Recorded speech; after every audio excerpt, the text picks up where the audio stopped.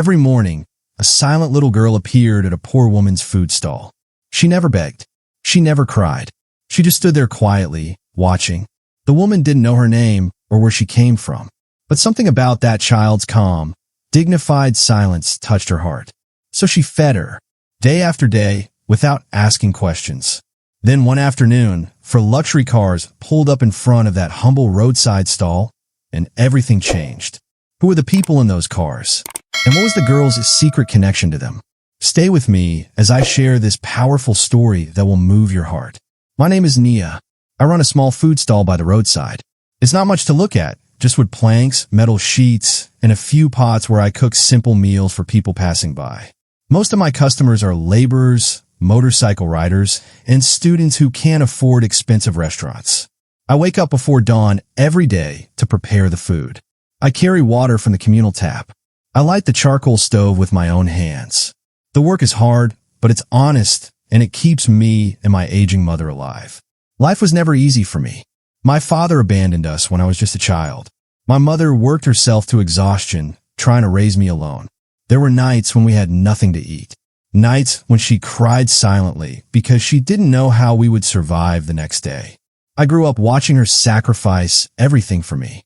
That's why now, even though I'm still struggling, I try to help others when I can, because I remember what it felt like to be helpless and hungry.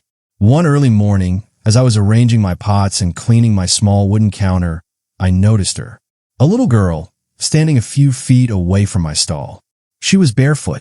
Her clothes were faded and dusty, but not torn. Her hair was neatly braided into small rows that looked like someone had taken time to care for her appearance. But it was her eyes that struck me. They were calm. Too calm for a child. She wasn't crying. She wasn't reaching out. She wasn't even looking at me. She was just standing there, hands folded in front of her, staring quietly at the food I was preparing. At first, I thought maybe she was waiting for someone. But minutes passed and no one came. Customers arrived, bought their food, and left. She remained in the same spot, silent and still. I watched her from the corner of my eye as I served others. Something about her presence felt different. She wasn't like the other children who sometimes came around begging or playing. There was a strange dignity in the way she stood, as if she had been taught not to disturb anyone, not to ask for anything, just to wait. My heart began to ache.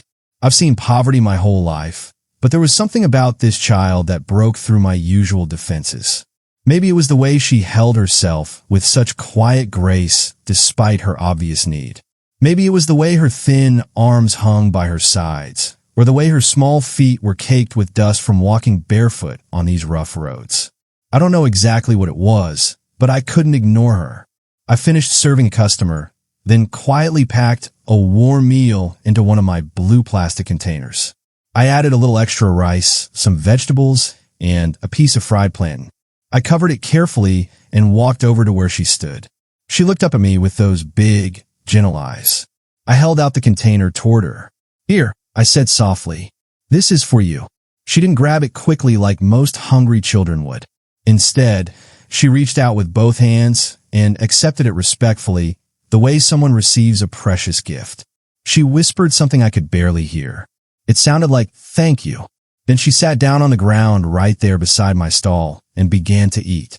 Slowly, carefully, as if she had been trained never to waste even a single grain of rice. I returned to my work, but I kept glancing at her. The way she ate reminded me of myself as a child. That same carefulness, that same fear of not knowing when the next meal would come. When she finished, she stood up, folded the empty container neatly, and placed it on the edge of my counter. She looked at me one more time, gave a small nod, and then turned and walked away down the dusty road.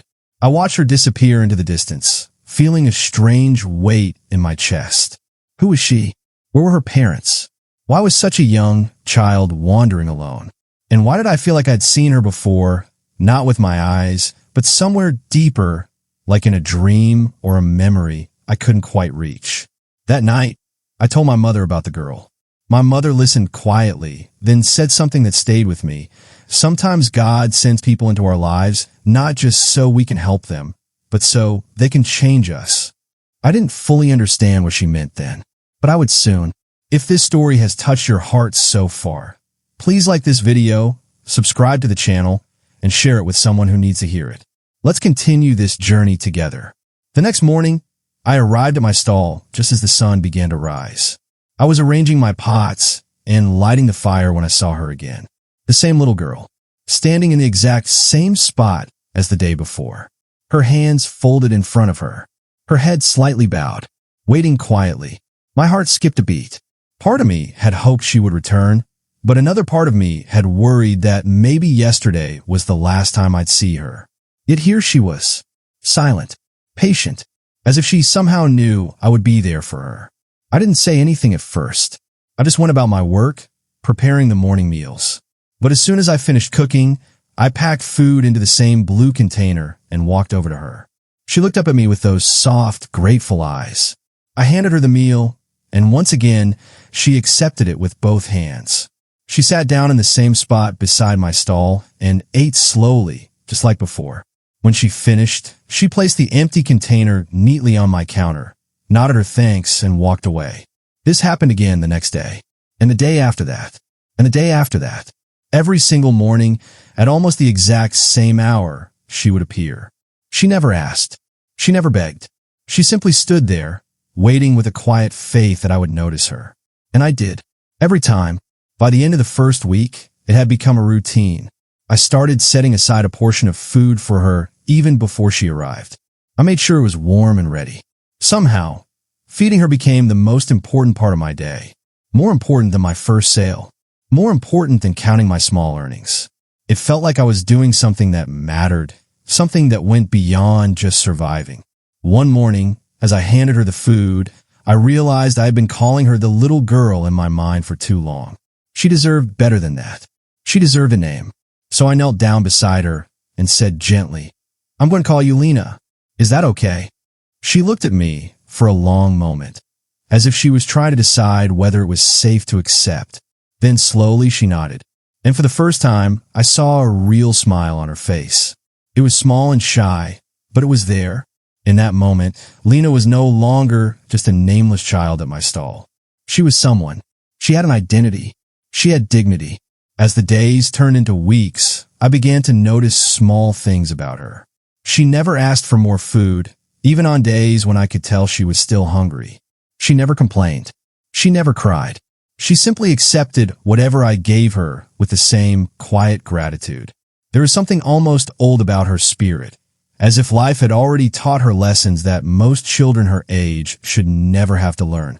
But I also noticed that she never talked about herself. I tried asking her gentle questions. "Where do you live, Lena? Do you have a family? Is there someone taking care of you?" Every time, she would lower her eyes and stay silent. I didn't want to push her. I didn't want to scare her away. So I stopped asking. I decided that if she ever wanted to tell me, she would do it in her own time. My customers began to notice. Some of them watched quietly and said nothing, but others were not so kind.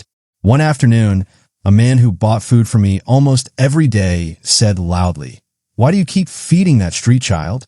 You're just encouraging her to stay around here." Another woman shook her head and added, "You can't save everyone, Nia. You're barely surviving yourself." I didn't argue with them. I just smiled politely and continued my work. But inside, I felt frustrated. How could they see a hungry child and feel nothing? How could they watch her stand there so quietly and not feel moved to help? I couldn't understand it. Maybe they had their own struggles. Maybe they had become hard because life had been hard on them. But I refused to become like that.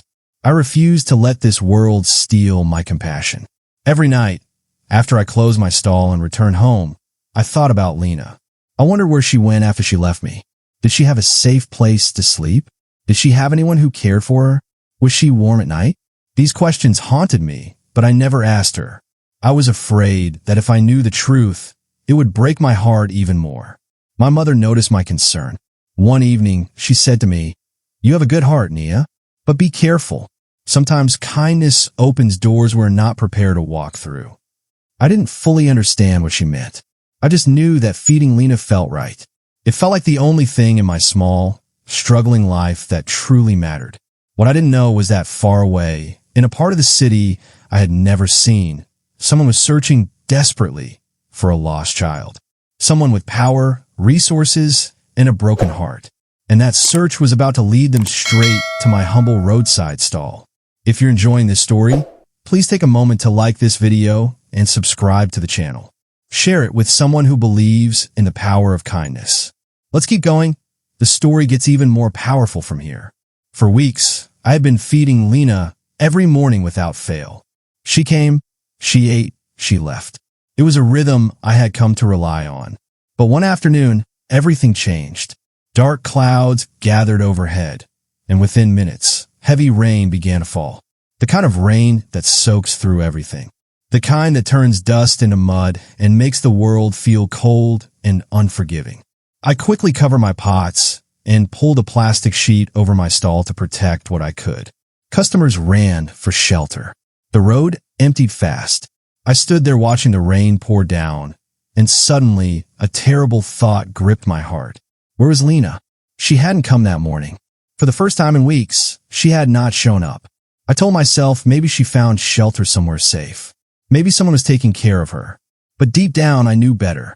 I tried to continue working, but I couldn't focus. My hand was shaking. My mind kept imagining her somewhere out there in the rain, cold, and alone. Finally, I gave up. I closed my stall earlier than usual, covered everything tightly, and hurried home. But even at home, I couldn't rest. I sat by the window, staring out at the rain, praying silently that she was okay. That night, I made a decision. I could no longer pretend not to know. I could no longer accept her silence and just let her disappear every day into the unknown. Tomorrow, I would follow her. I needed to see where she went. I needed to know the truth, no matter how painful it might be. The next morning, the rain had stopped, but the ground was still wet and muddy.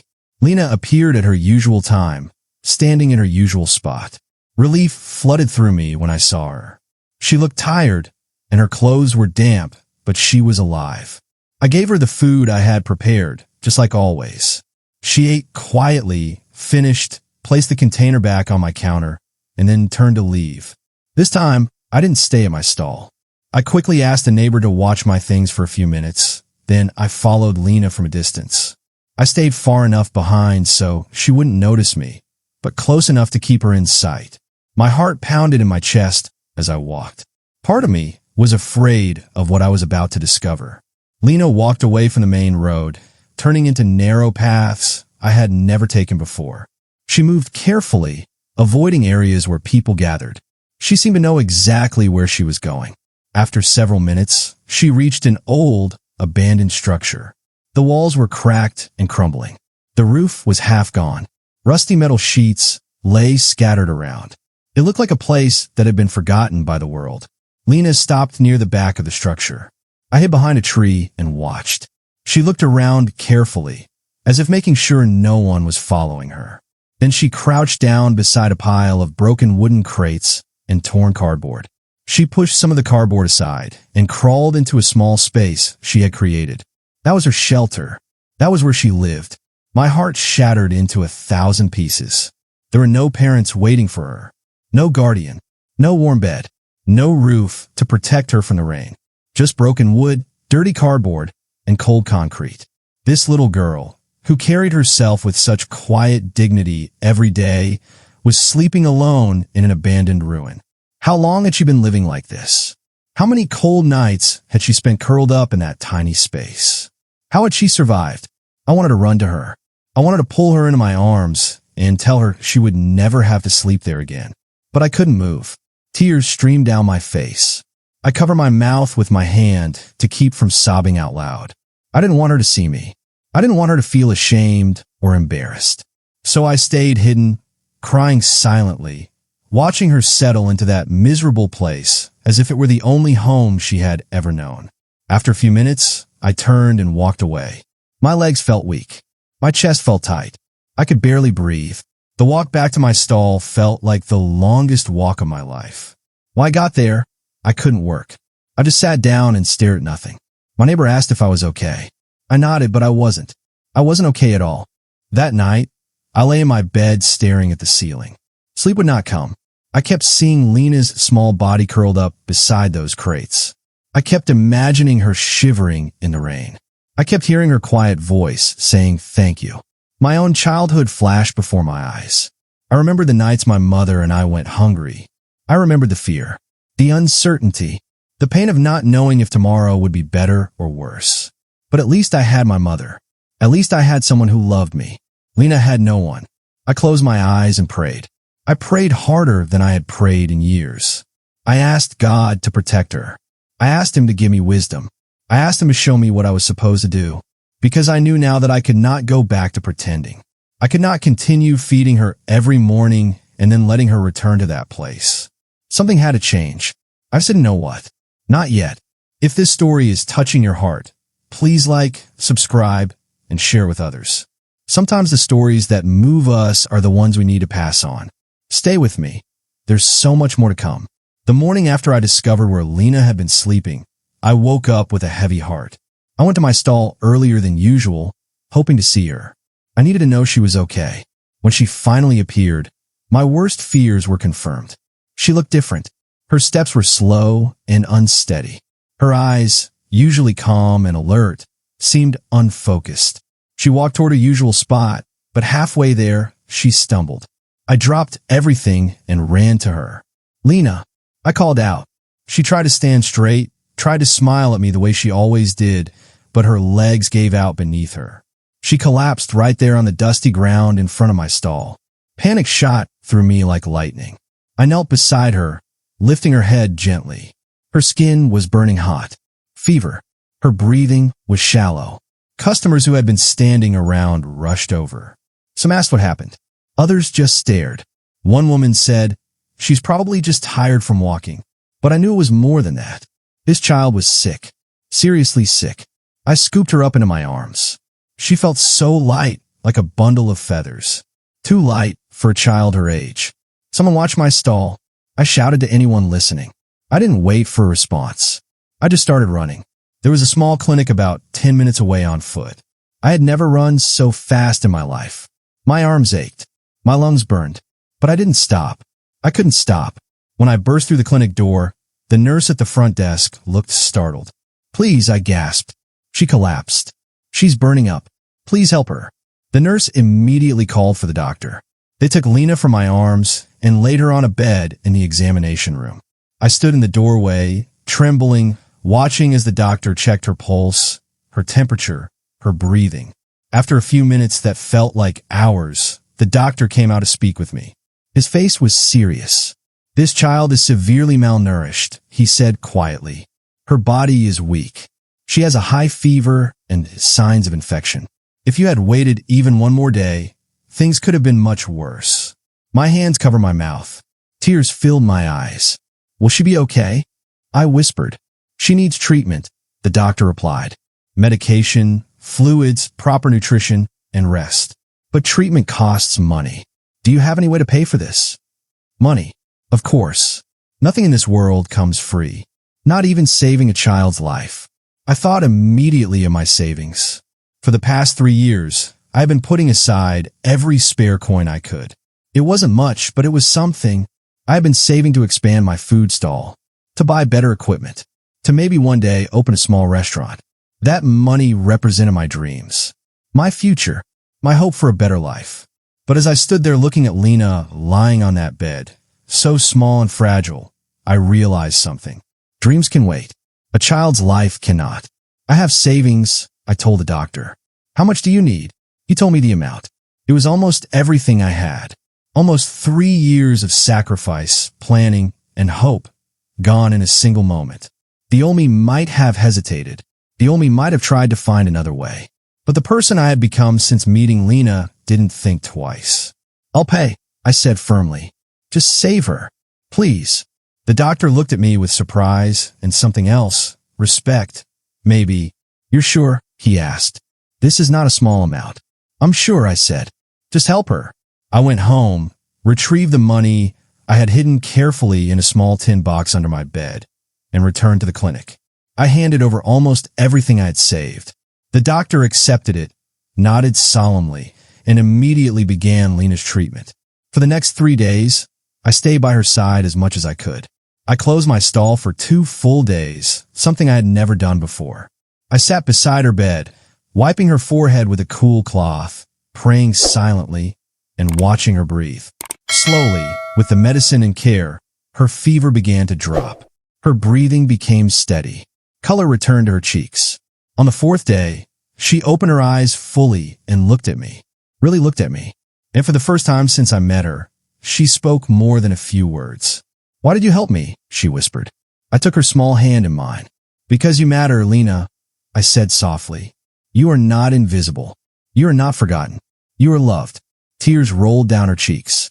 She squeezed my hand tightly, and I squeezed back.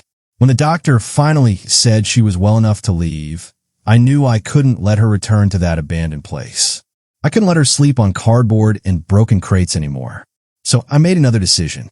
I took her home with me. My mother welcomed her without question. We didn't have much space. We didn't have extra beds or fancy things. But we had warmth. We had safety. We had love. That night, Lena slept on a clean mat beside my bed.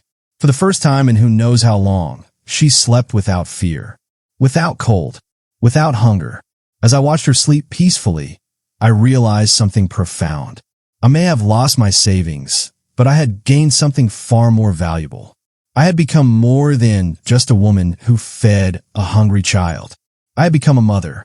If this story has moved you, please like this video, subscribe, and share it with others who need to hear it. True love always costs something. Stay with me.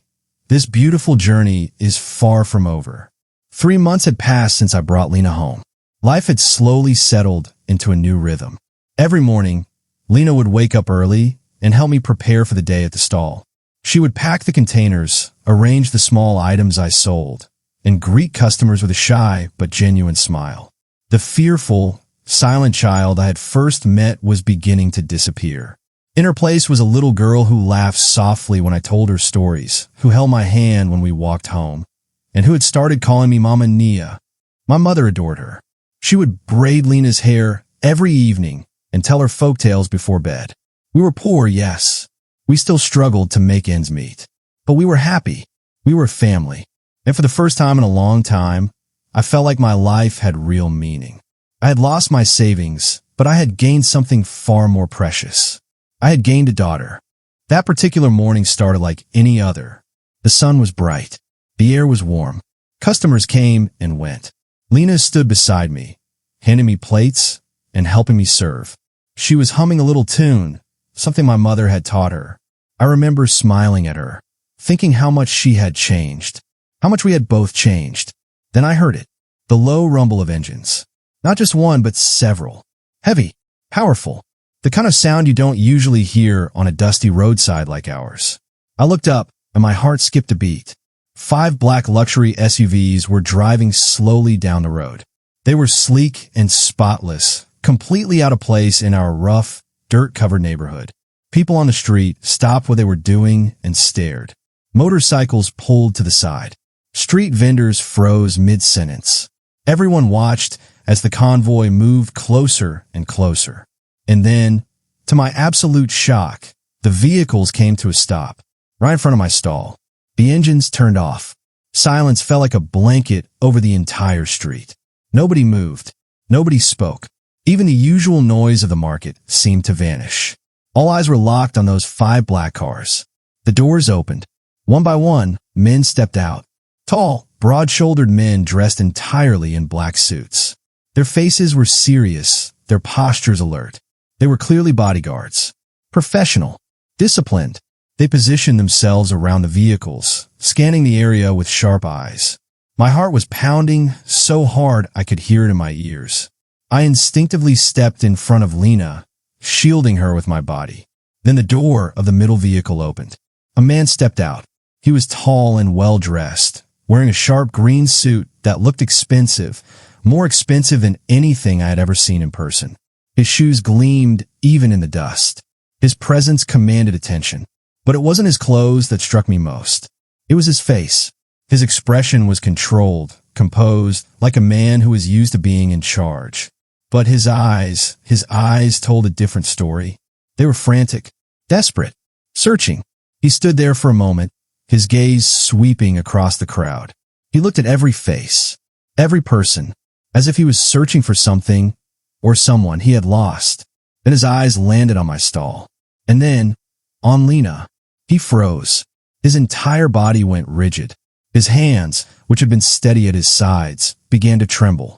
His lips parted slightly, as if he wanted to speak but couldn't find the words. For a long, breathless moment, he just stood there, staring at her. And she stared back. Lena's small hand gripped the edge of my apron tightly. I felt her body tense. She recognized him. I didn't know how, but I could see it in her eyes. She knew who this man was. The man took a slow step forward, then another. His voice, when he finally spoke, was low and broken. It cracked with emotion he was clearly trying to contain. Where? He began, his voice shaking. Where did you find her? The crowd around us was completely silent. Everyone was watching, waiting. I felt my throat tighten. My instinct was to protect Lena, to hold her close and not let anyone take her from me. But something in the man's voice, something raw and filled with pain, made me pause. I stepped forward, keeping Lena gently behind me. My voice was steady, though my heart was racing. She came to my stall months ago, I said carefully. She was alone, hungry. I fed her. I took care of her. The man's jaw tightened. His eyes filled with tears he was fighting hard not to shed. He looked at Lena again, and this time his voice was barely a whisper. Amara. Lena's grip on my apron tightened even more. She didn't move toward him. She didn't run. She just stood there, frozen between the life she had now and whatever life she had before. The man took another step closer, his hands trembling at his sides. Amara, he said again, louder this time, his voice breaking completely. It's me. It's Papa. The world seemed to stop. My breath caught in my throat. Papa? This man was her father? If you want to know what happens next, make sure you like this video, subscribe to the channel, and hit the notification bell. Share this story with someone who loves powerful, emotional tales. The truth is about to be revealed, and it will change everything. The moment those words left his mouth, it's me. It's Papa. The man's knees buckled. This tall, powerful figure in his expensive green suit collapsed right there in the dust in front of my humble stall. He didn't care about his clothes. He didn't care about the crowd watching. He dropped to his knees and reached out his trembling hands toward Lena. Amara, he said again, his voice thick with emotion. My daughter. My Amara. The crowd gasped. Whispers erupted all around us. I stood frozen, trying to process what I was hearing. This man, this wealthy, important man, was Lena's father?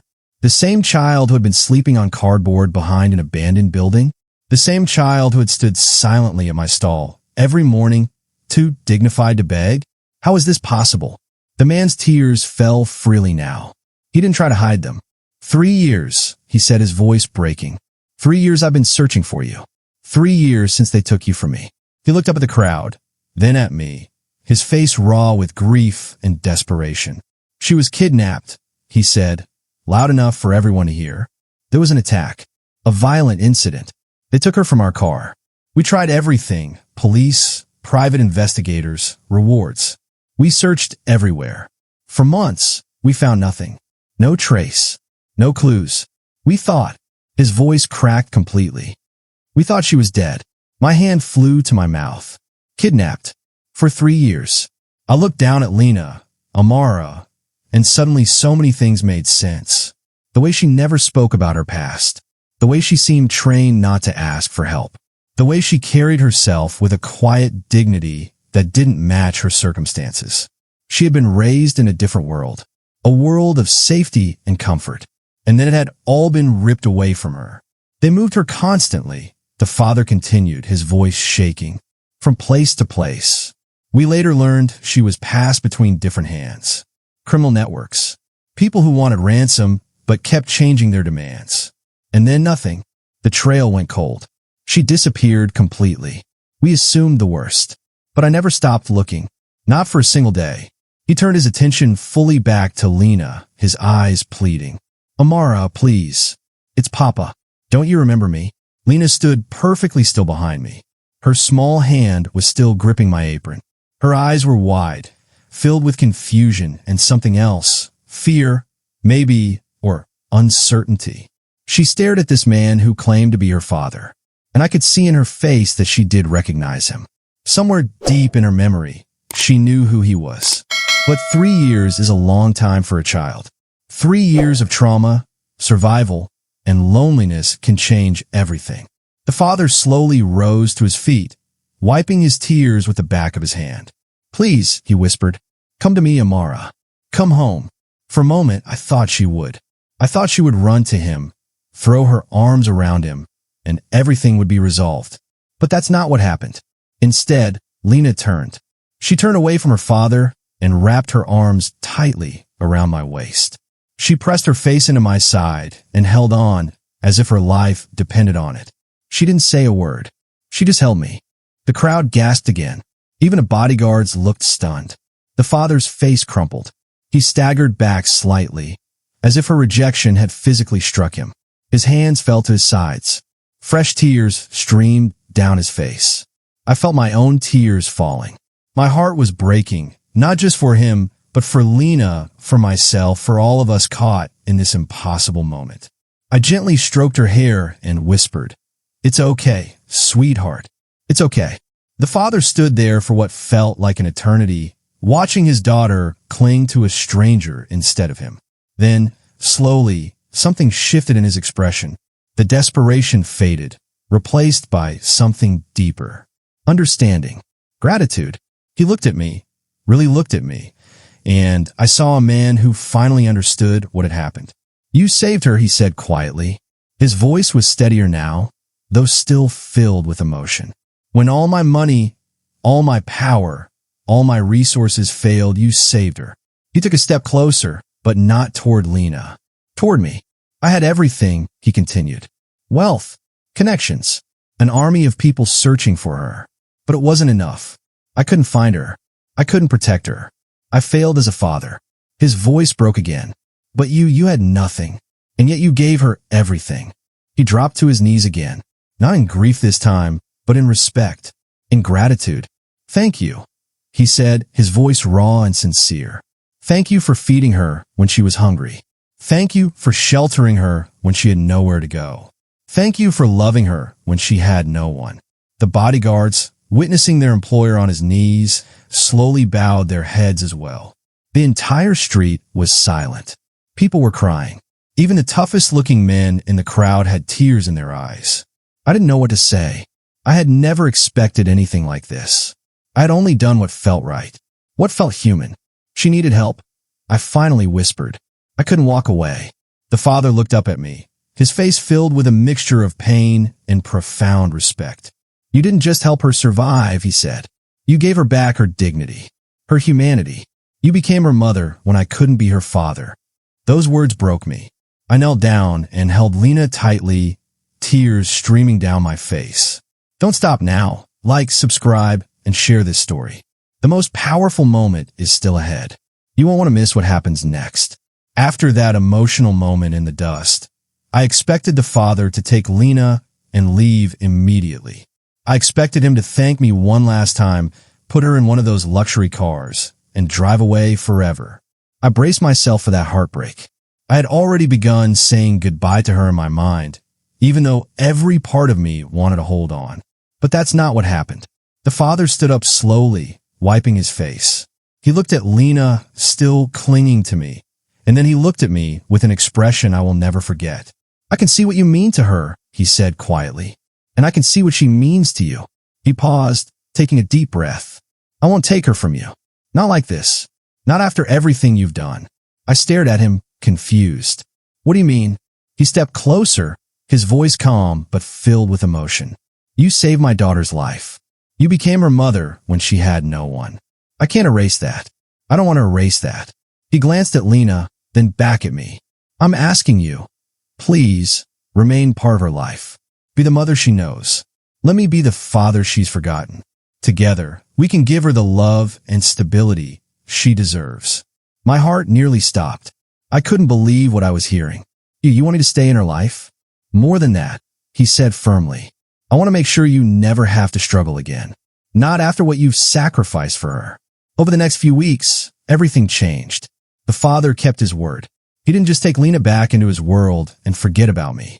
Instead, he brought me into that world too. He asked me what I needed, what I had always dreamed of, and then he made it happen. My small roadside stall, the one made of wood planks and metal sheets, was completely rebuilt. He turned it into a proper restaurant. A real business with strong walls, clean floors, proper cooking equipment, and even a sign with my name on it. He hired workers to help me. He ensured I had a steady supply of ingredients. He gave me everything I needed to not just survive, but to thrive. But more than that, he gave me something I never expected: financial security. He set up an account in my name with enough money to take care of my mother and me for the rest of our lives.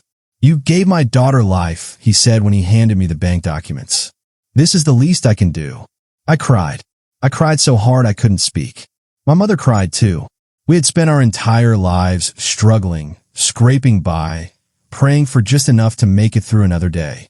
And now, because I had shown kindness to a hungry child, our lives had been completely transformed.